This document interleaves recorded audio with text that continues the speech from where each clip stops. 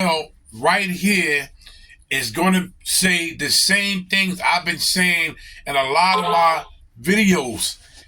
The problem is within the Democrats and the Republicans. The problem is within. We're split.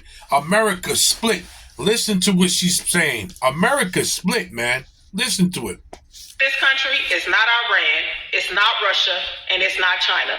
The biggest threat to this country is this country.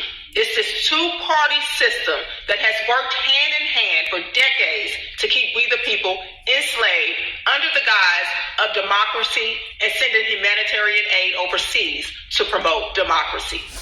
Why do we have this media that insists on negatively bashing our president that we elected in a massive landslide this past November, when they had a previous president, that was taking money from China, whose son was also receiving money from Russia, but they don't want to talk about that.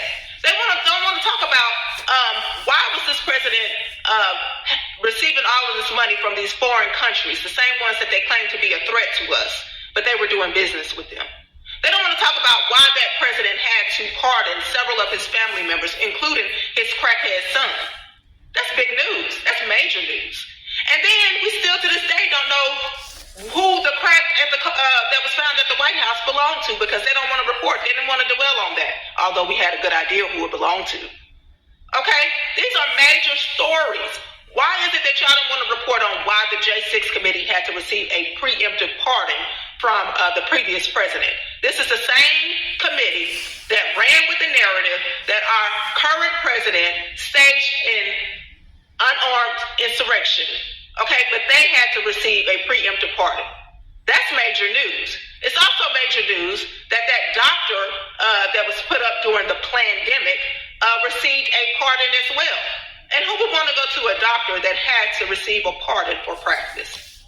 These are major news stories, you guys, that our media has not covered. But yet they insist day in and day out on spewing all of this negative, divisive rhetoric on who we, the people, elected in a major landslide.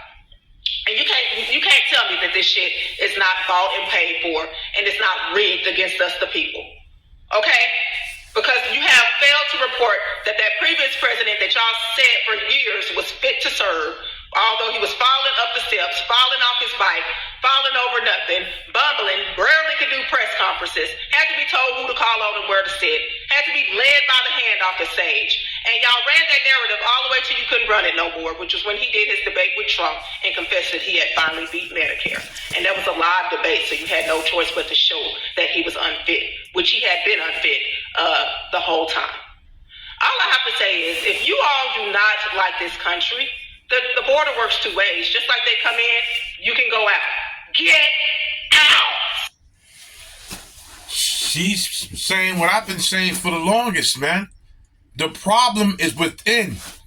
The problem, because if you notice, why are so many people advocating for illegal people?